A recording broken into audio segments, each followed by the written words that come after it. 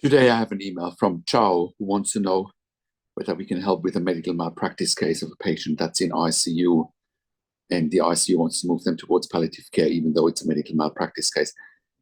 I will answer that question today.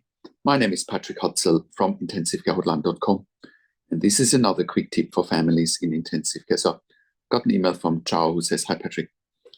I was wondering if you would be willing to help me with a loved one in intensive care who's critically ill. I have a lawyer that's going to litigate a malpractice suit on tip of a bed sore case. I was wondering if you would sit in on a or multiple family meetings where they're trying to push my loved one into comfort care.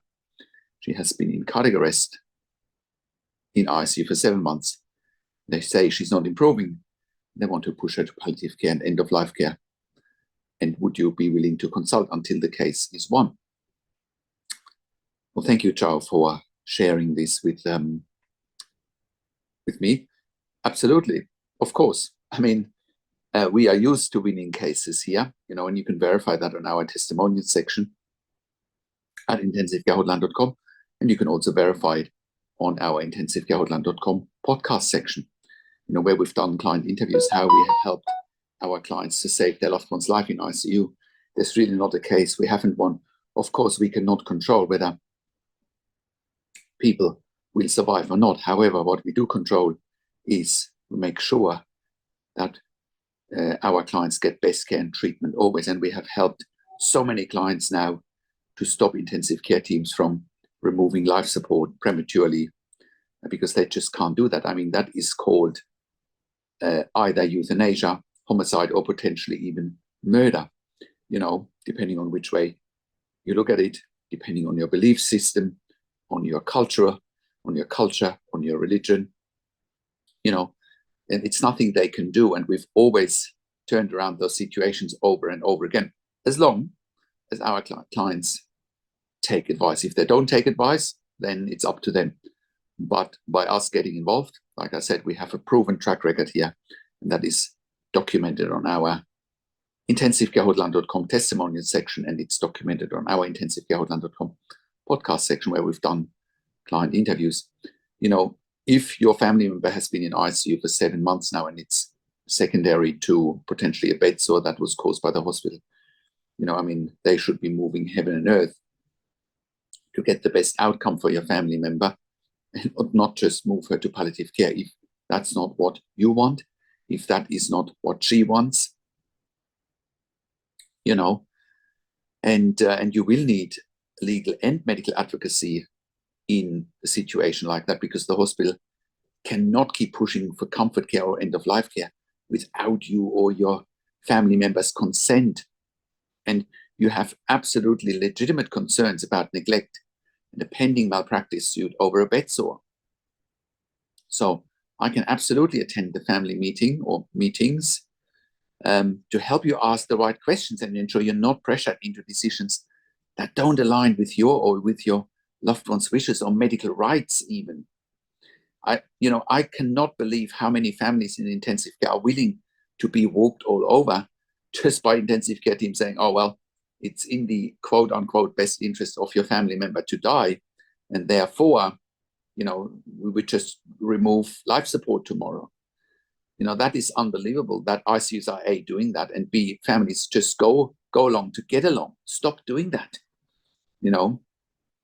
Also, I can help you, or me and my team can help you prepare statements or questions in advance to strengthen your case and strengthen your position. And of course, me and my team can stay on as consultants and advocates during the litigation period to assist with medical documentation, care decisions, and communication strategies with hospital staff and your legal counsel. If you'd like to proceed, I need more information. When is the family meeting scheduled? What's the name, location of the hospital? Share a medical summary of your loved one's condition, of course, current level of responsiveness and recent changes. Get access to all medical records, so I can help you with that step by step. But, it is really unbelievable to me how many families in intensive care just give in and let their loved ones die in front of their very eyes because the intensive care team said so, without getting a second opinion, without getting consulting and advocacy. You know, I can't believe that. The biggest challenge for families in intensive care is simply that they don't know what they don't know. They don't know what to look for. They don't know what questions to ask. They don't know their rights, and they don't know how to manage doctors and nurses in intensive care. That's exactly what 99.9% of families in intensive care are up against. They do not know what they don't know. They don't know how to manage intensive care teams. So they manage you, and you don't even see it. You need to start managing them, so you're not getting into those situations in the first place. You know, that's what I learned in over 25 years of critical care nursing in 3 different countries, where I worked as a nurse manager for over 5 years in critical care. And I've been consulting and advocating for families in intensive care at intensivecarehotline.com here since 2013. And I can very confidently say that we have saved many lives for our clients in intensive care. And you can once again verify that on our testimonial section at intensivecarehotline.com. And you can verify it on our intensivecarehotline.com podcast section, where we have done client interviews. Because our advice is absolutely life-changing. You know, it is absolutely life-changing. If you talk to me for an hour, you will have a completely different perspective, and you know you will be armed with tools that you simply didn't have before. You know, you all of a sudden have tools how you manage intensive care teams, and it's not the other way around. You know, that's why our advice is life-changing, and we make sure that you improve your life instantly, making sure that you make informed decisions, have peace of mind, control, power and influence, making sure your loved one gets best care and treatment always. And that's why I do one-on-one consulting and advocacy over the phone, Zoom, WhatsApp, whichever medium works best for you. And you can join a growing number of members and clients that we have helped over the years. Again, making sure the loved ones get always best care and treatment in intensive care, because we understand intensive care inside out. And with the one-on-one consulting and advocacy, I talk to you and your families directly. I handhold you through this once-in-a-lifetime situation that you simply cannot afford to get wrong. As part of this, I also talk to doctors and nurses directly. And when I talk to doctors and nurses directly with you or on your behalf, or I'll set you up with the right questions to ask, that's when you will see the dynamics changing, because I ask all the questions that you haven't even considered asking, but must be asked when you have a loved one critically ill in intensive care. I also represent you in family meetings with intensive care teams. We also do medical record reviews in real time so that you can get a second opinion in real time. We also do medical record reviews after intensive care if you have unanswered questions, if you need closure, or if you are suspecting medical negligence. We also have a membership for families of critically ill patients in intensive care, and you can become a member if you go to intensivecarehotline.com, click on the membership link, or go to intensivecaresupport.org.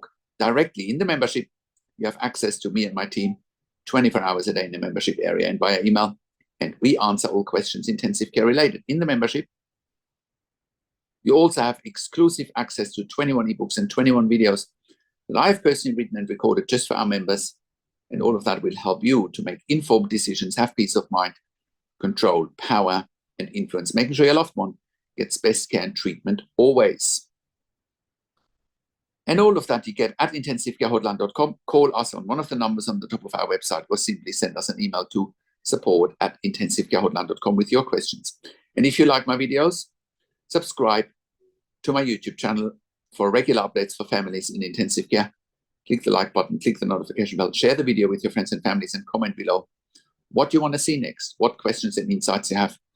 I also do a weekly YouTube live where I answer your questions live on a show, and you will get notification for the YouTube live if you're a subscriber to my YouTube channel, or if you're a subscriber to my intensivecarehotline.com email newsletter at intensivecarehotline.com. Thank you so much for watching. This is Patrick Hutzel from intensivecarehotline.com, and I will talk to you in a few days. Take care for now.